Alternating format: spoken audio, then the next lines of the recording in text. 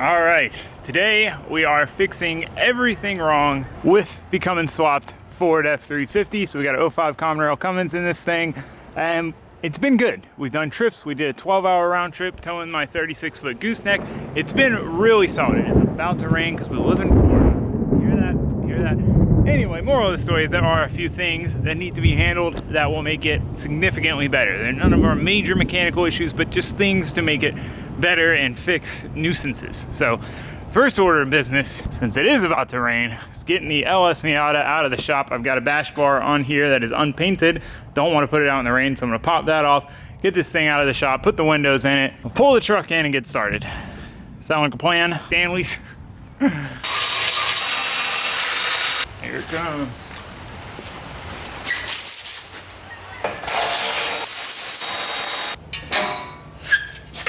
Typical Florida.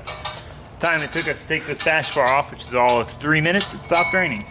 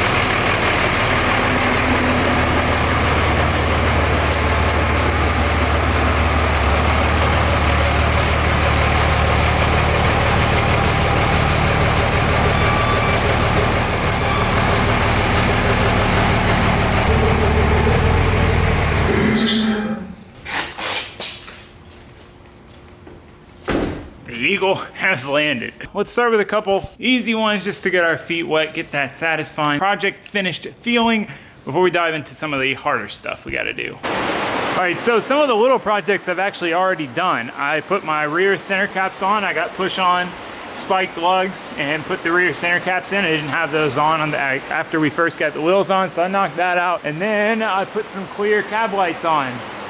Really happy with how they look. I feel like it suits the truck a lot better than the amber or the smoked ones that were on there. I tried to put amber ones on. I only got one down, realized I didn't like it, so we had mismatch, so very satisfying to have that done. Really goes with like the front headlight.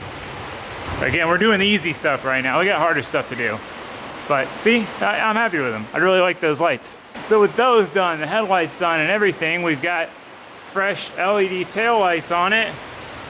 And one thing that's really out of place is the third brake light. As you can see, it's all faded and crusty and old. And every time I see the back of the truck, that thing just gleams me in the face and says, replace me, please, replace me. So we have this LED brake light replacement.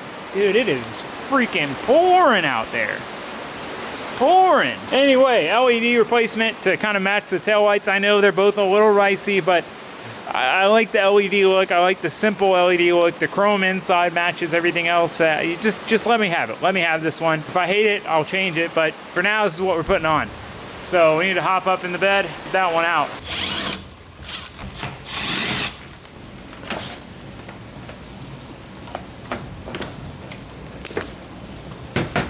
All right, need to get a razor knife, clean off this old foam and silicone. We have new foam and new silicone.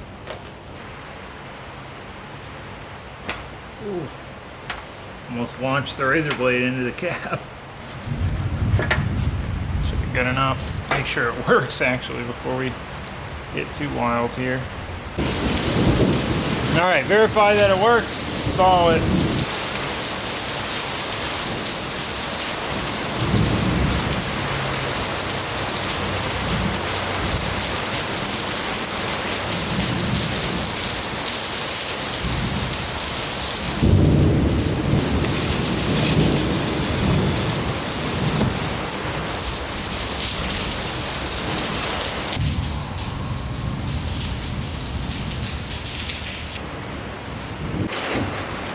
So the top here already has excessive silicone, like outside the edge. So I'm just gonna run a little tiny bead, smear it, just to be sure we're sealed.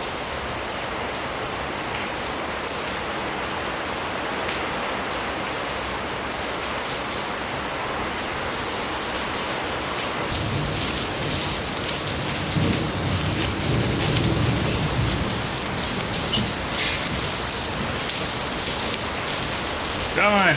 Yeah, that looks a lot better. All right, moving on. One more little easy project, then we get into the real stuff. All right, so our next project is up front. Let me show you what we got. Currently, we have these projector headlights, but as you can see, the main headlight bulb is a halogen, so it just kind of looks weird, you know? You've got like the color of the halogen with the nice white, and all the other LED, you know, we have LED switchbacks for there. So it just doesn't fit. It doesn't make any sense. So we're gonna be replacing that with an HID. All right, we need to pop the headlights out, figure out exactly where we're gonna put the ballast, wire them up, the usual. All right, I got the first one done and wired up so you can see side with halogen, side with HID. It's kind of hard to see in the camera because it just kind of blurs everything out, but looks way better. Sweet. So I did have to do some modification to this rubber grommet, which I'm kind of concerned about. So I'm gonna clear silicone the crap out of this as well. But otherwise, not too bad of a project. Knock out the other side, show you the finished product, then we can move on to the more serious stuff we have to do. That's not just installing lights. I just like showing you guys the before and after of the lights because it's super satisfying.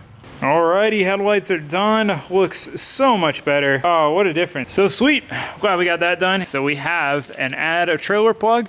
So we've got a 7-pin at the bumper, but we're gonna be adding one in the bed. Now the reason for this is because I have my gooseneck trailer, and right now the cord comes up to kind of by the hitch and then has to loop down, drag over the tailgate, and then go to the back bumper. So it's just a janky setup. It was like that on my Dodge, and then my Ford, my 7.3 truck, I had one in the bed, and it was so much better, so much cleaner, so much easier. Didn't come unplugged, didn't have to worry about it falling out and dragging the ground like that one has many times. So yeah, we're going to install this 7-pin somewhere in the bed. All right, we got the plug undone. There is some dielectric grease in here already. Someone already is trying to take care of the corrosion issue. So we're gonna make sure to load this stuff up with dielectric grease. Keeps the moisture out.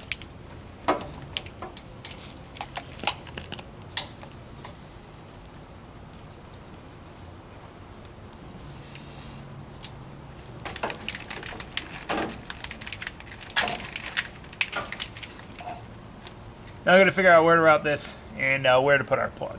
All right, so we're gonna put it on this third one in. That way it's away from the tailgate, but close enough to reach over and plug it in. Got 80 mil, 40 mil, be center.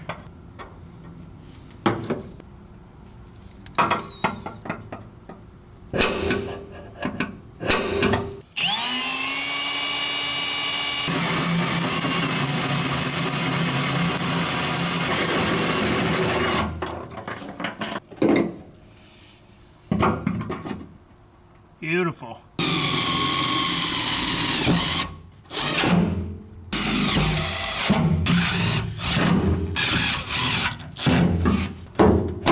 Sweet. All right, now I just need to route my wires, tie them up out of the way, connect it, and we're done. This honestly went smoother than expected. I wasn't sure how the routing was gonna go. I hadn't really even eyeballed it. So I was like, oh, I don't know. It's a good thing this plug's right angle, otherwise there'd be no chance of getting this thing in.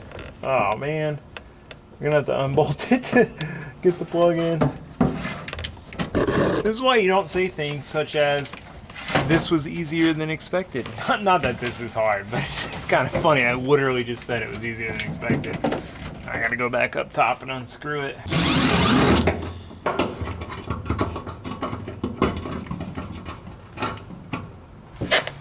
Can't forget our dielectric grease.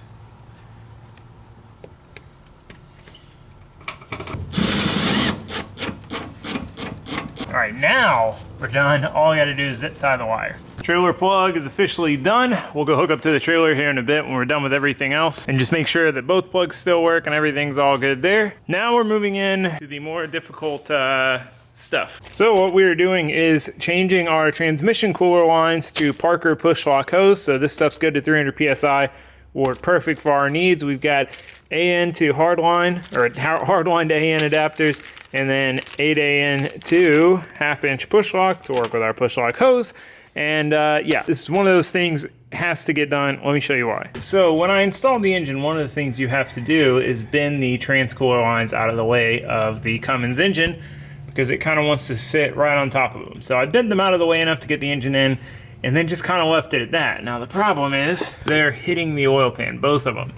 And I put a rubber sleeve over both of them, and the rubber sleeves have slid off and aren't doing anything. That was just kind of a temp fix. But I mean, you can see this thing is literally like pinched between the oil pans. Like, it's a problem that's gonna eventually wear through and become an issue. So what I'm gonna do is cut them right back here, put our fittings on, run push lock hose instead of the hard line for this little stint, and then bring them up into the coolers where they need to go. Again, I mean, I would definitely prefer to stay hardline, but the only way to fix that is to either do new hardline or lift the engine out. Neither of those sound like great options. Basically, what I think is happening is when they touch and get into a weird spot where they're bouncing off each other, you hear that noise all the way back at the trans, which transfers up into the cab, because it'll get real like distinct sounding in there. And then you can get on the throttle, load it up, it'll go away. And sometimes if you get on the throttle, let off, and the engine moves around, it'll go away. You know, just one of those things.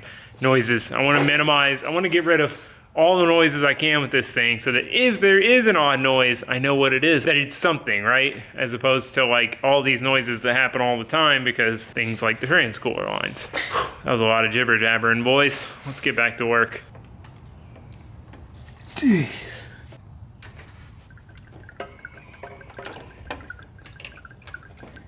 Where's it dumps right into the radiator? All right, well, I got the line unhooked from the trans. Anyway, we gotta cut it now. Obviously no turning back once we do this.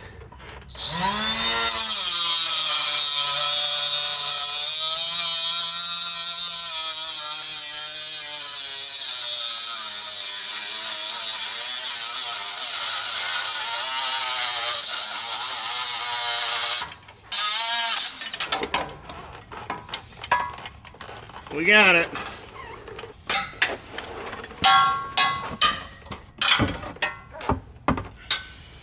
It's literally just appeared out of nowhere.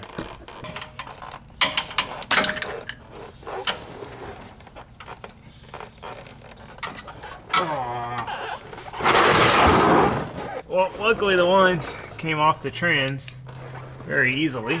Looking at this one, I don't know if you're gonna be able to see, but it's still touching no matter what. So we're gonna do this one as well. I'm gonna have to cut it as well to get it out. Sweet, all right, let's go cut that line. It'll be a little easier since we don't have the other line to worry about.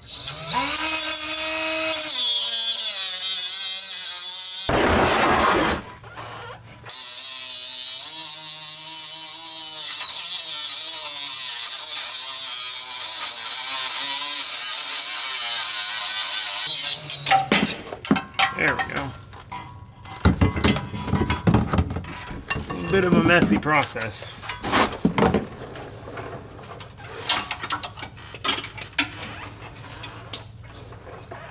Line acquired.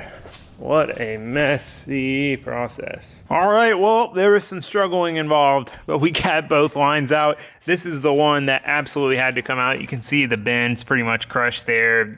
We had to wrangle it out. I didn't think it was gonna come out in one piece. Well, I mean, it is two pieces, but you get the idea. Thought I was gonna have to cut it again, but we got it out. This one came out with relative ease once we cut it. So I got the portions we were gonna use cleaned up. I've got this one clamped in the soft jaw. We're gonna cut this with a brake line cutter. Everything seems solid, so I'm excited. Really came out no problem. Like, these fittings were tight, obviously, but they broke loose easily. They threaded out by hand. Gotta love a truck that's like got no rust and stuff, and all the hardware just like comes off with ease. So anyway, basically what we gotta do, cut them to the length that we want, and we've got this fitting. It's a hardline adapter fitting, so there's this ferrule. So this slides on here, and the fitting basically compresses this. This is like a compression union, more or less. And then we have our AN, and then from our AN to our barb, which is this, again, is push lock. This is push lock fitting. No hose clamps required, but get the fittings on, put them back in the truck, run our hose. really not too bad so far. Oh, I said that earlier. Why would I say that again? Why would I do that to myself? Let's get back to work. We could probably get as clean of a cut on the bandsaw, but might as well use the correct tool for this. This is an old tool, man. This is my grandfather's. This thing's probably, I mean, it's at least 50 years old. Who knows?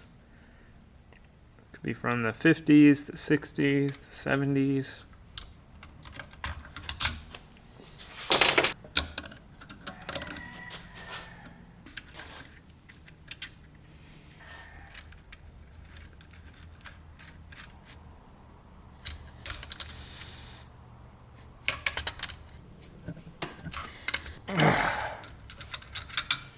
Real important on these to make sure you get them as tight as possible. But we're good. One down, one to go.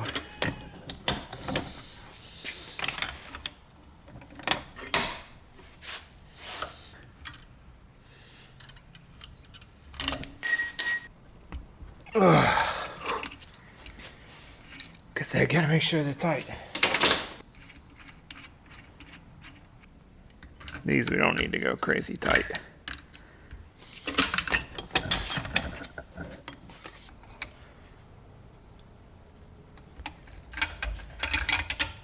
Done and dusted.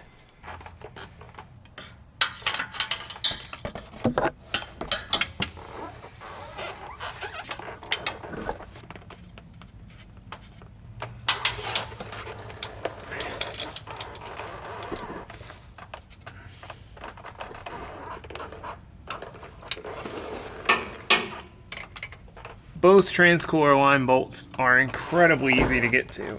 Like, not bolts, but the fittings. Give these a gentle bend up. Alright, sweet. Now we're just going to work backwards to these. I think I'm going to go under the middle of the pan, so I know that we don't get pinched. And then back over and then out. Transcooler lines are finito. I've got to do a little rubber right there just to keep that off that edge. But line 1, line 2, come down here, tuck up there, avoid the steering stabilizer, go over towards the middle of the pan where there's a bunch of room, come back, and then into our hard lines. So really happy with it. Got the rounding where I wanted it. Everything looks like it's gonna clear. And the other benefit of doing this is you saw that we couldn't take the transcooler line out in one piece.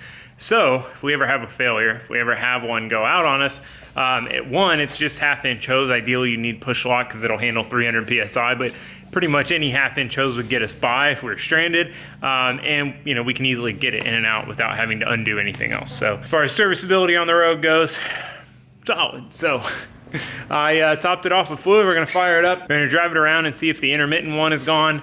And fingers crossed we don't have any more noises now. Moment of truth. See if it leaks, and then we'll see how she sounds. See if we got no more rattles. We'll go for a little drive. It really only happens, well, mostly happens when you're driving.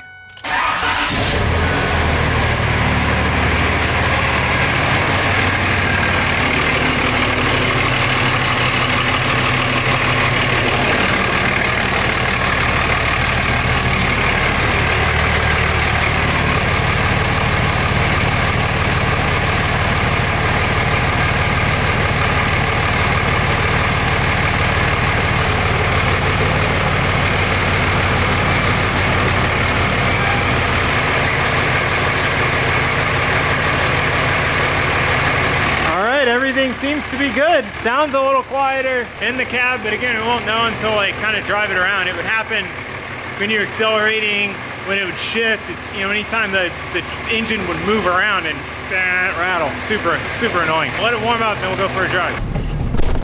All right, she's warmed up, pulled off inside. You guys probably can't see anything. I turn the AC down so I can hear. All right, well, you guys kind of fell down, but I think we might still have a little noise left of the trans dipstick tube because it's kind of touching the firewall. I need to try to bend it better, but I haven't heard the noise yet. I gotta turn this light off so I can see.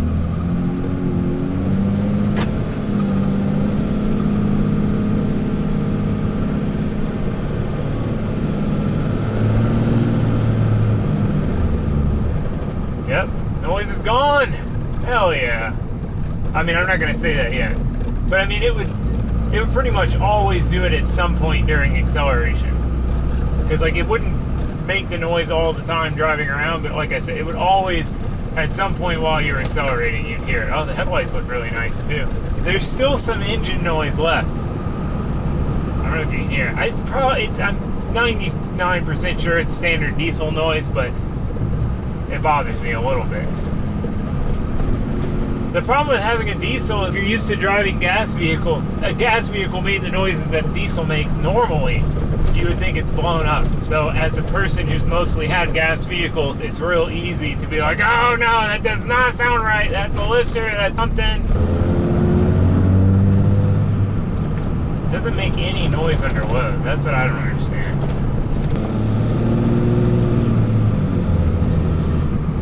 Oh, so much better though. One more noise to sort out. Glad we got that resolved. Let's make sure it's not leaking still. We're good, boys. Before we do any more mechanical stuff, I have a little interior project to take care of, and if I don't do it and I run out of time, I won't ever do it, so we're doing it now so that I actually do it. So we do have to take a decent bit out to get to it. Got to pull this guy out, pull this guy out, pull this guy out, and we should be able to, I know we can snake it out because I've done it. You're working on the, oh no, no.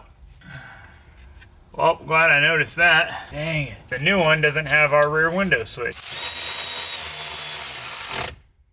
This is the second time I've ordered the wrong one. I was just so excited to find one that was the right color because I kept finding the ones for the more tan camel colored interior, which this one's called like stone gray or something. Anyway, I had a hard time finding the right color that also had the buttons up here in the top left. Didn't even notice and didn't have the sliding window switch. Like I said, at least figured it out before I got all this stuff taken out. We have a chance of salvaging this after all. So I ordered these a little while ago. This is a buzzer. So this Auber Instruments gauge, you can set an alarm limit and then have it has like an internal relay to power a buzzer like this. Give you guys a little demonstration of the buzzer. Real loud. Honestly, almost louder than you'd want, but this is something I thought about doing, which is why I ordered these buzzers a little while ago. Move it back from here to here, which is really easy. The wires are extended. I can move it right back up here if I want to. Wiring's super easy to get to. Boom, put it back in here. So basically we'll move it to that location. It'll be somewhat out of sight. You can see it. It's a little tricky to see, but you can see it. My concern with having it there before was I had never driven the truck with the big trailer, having an EGT gauge or on a long trip. I didn't know what the EGTs are gonna be like. I didn't know if we'd constantly be in the danger zone, if we'd be away from the danger zone. But I've done 12 hours with the big trailer now, up big hills, up and down, high speed, low speed, starting and stopping. And in the tow tune, it never gets to anywhere near an unsafe limit. So I know that we're fine. I know that it's something I don't really need to look at that often. So if I have a buzzer just to let me know, like, hey, you're approaching the danger zone, that should cover us because we shouldn't really hit the buzzer often. And if we do, we at least know to back out of it, or we can then move and kind of look and glance at it and see where it's at and see if we need to back out of it or not. So I think that's what we're gonna try. Might as well, right? I've already got the buzzer, you know?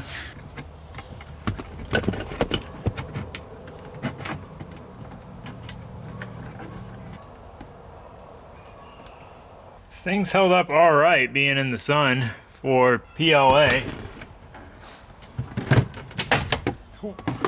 One shot that time.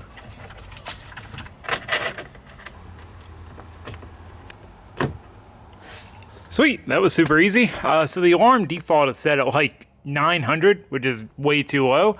But what we'll do is drive it around with it set at 900 because we can easily get it to go past that, make sure the buzzer works, then set it properly. But before we get the truck all hot, I've got an engine bay project to tackle. So this is something I tried to do while I was building the truck and then it wasn't a crucial thing. I was like, you know what, we're gonna skip it. We'll do it later. Well, now is that later? We got the truck done, might as well try to do this. What I'm referring to is the vacuum locking hubs. So this truck has manual locking hubs, but they are also vacuum operated. So I had to take this system out when I pulled the cab off and did the engine swap. And I went to put it back in, and I spent about 30 minutes messing with it and could not figure out exactly where these lines went. But at that point, the truck still had no front end on it. None of this stuff was there. It was really hard to figure out what went where and how it got from point A to point B. And I just remember, you know, we still had a mountain to climb as far as building radiator hoses, building intercooler piping, getting all this stuff mounted, getting all these hoses plumbed. Vacuum locking hubs just didn't seem very high on the priority list. Plus, since it does have manual locking hubs, I was like, oh, if we go into four-wheel drive, we can just get out manually lock the hubs. But now that we have the semi wheels with the center caps, we have to pull the center caps off to get to the manual locking hubs. And at the end of the day, I mean, we have the power to have vacuum assisted hubs. Press the four-wheel drive button and the thing just go fully into four-wheel drive. We might as well try to make it work. So I know where this goes. This goes on the radiator fan shroud. I know where this goes. I know that this goes in the driver's side corner by the brake booster area, but I do not know how this goes from there to there. Obviously, one of these is going to need to go to this, which is broken. We'll have to fix that. I don't know where the other one goes, and that's what we've got to figure out, basically. But we can just start with what we know and just try to connect the dots, basically. So we'll get this guy in, get that guy in, A to B.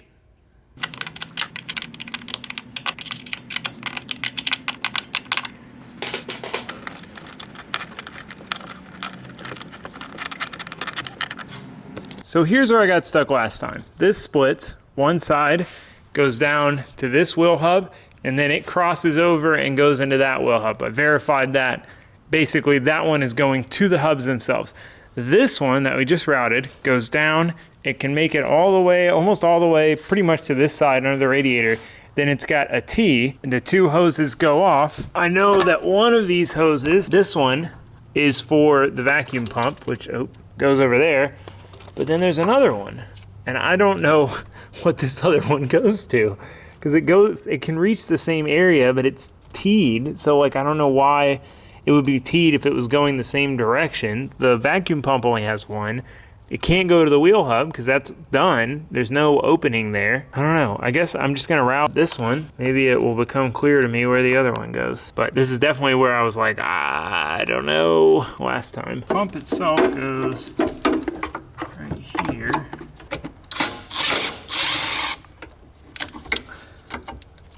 Here we go.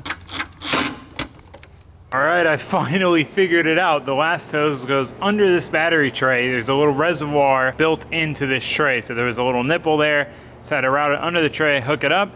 I do need to get a new vacuum pump because you can see I've got this thing squished on here, but the nipple is broken off of this. And I don't know, I tried to mess with it and just now and turned it on. Turn the truck on to see if it was running. It doesn't sound like it's running, so I don't know if it's broken or we got something else going on preventing it from running, but everything's hooked up at least, so we can figure it out from here. So yeah, with all of that done, I want to go for a drive and make sure the alarm buzzer works. Then we're gonna go hook up to the trailer, make sure the trailer works, and I've got something to do once the engine is up to temp. All the little things. It's the little things though, if you put them off and never do them, like a bunch of little things can make a vehicle just frustrating. So like you take care of all the little things, it can make it so much better even though they're little things. I don't know. Anyway, let's go drive this thing. See if we can get her to buzz us. One other thing this truck could use is a tighter torque converter. Now this is something people told me when I was building it, but I was like, you know what? Cross that bridge when we get there.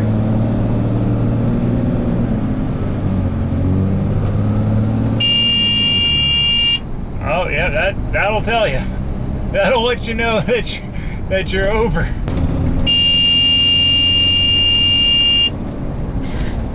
It's a little loud. It's a little loud. Oh. All right, cool. So I'll just set it to probably 1250. The only time it really gets that hot is if you get on it and start making a lot of boost at low RPM. Ooh, all right, let's go hook up to the trailer and see if our trailer plugs still work.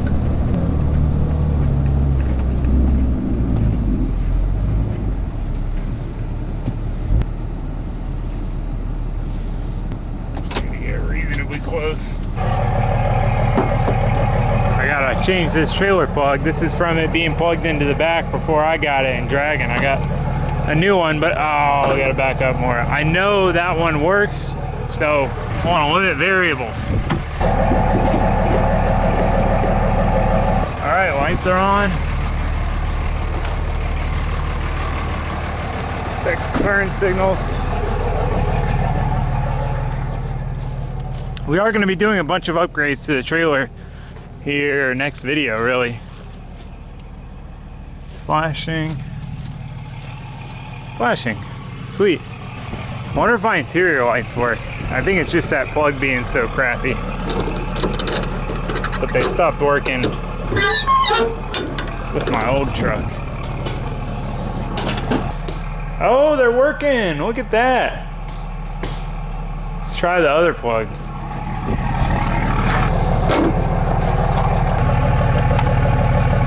Exterior lights, interior lights. All right, cool, everything's working. That is nice.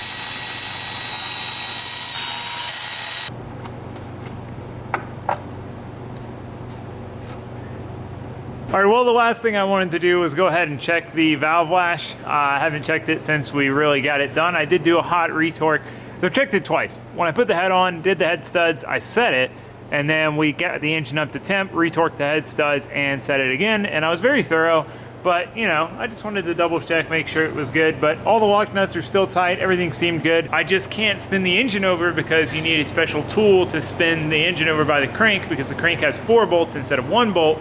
So you can't just put a socket on it. When I did it, I had the front end off the truck, so I was able to use a pry bar and that worked, but can't do that now. So maybe in another few thousand miles, I'll go find a friend or someone that has the tool, knock it out, just double check it, but I think it's good for now. And the noise wise, you know, like I said, I'm 99% certain that that noise is just a standard noise. If you look online, you can find tons of people who have that noise and had it, you know, find posts from when they had the truck at 6,000 miles, you know, and that's what the conclusion I came to with my last Dodge, because it had a very similar noise. But like I said, I'm just trying to take care of any last little thing I can think of, because it's the little things that can take so much away from a vehicle. So I, you know, just wanted to try to make sure I got everything done. But I mean, we got everything done. She's good. The transcore lines were a big thing on the list. I'm very glad to have that done.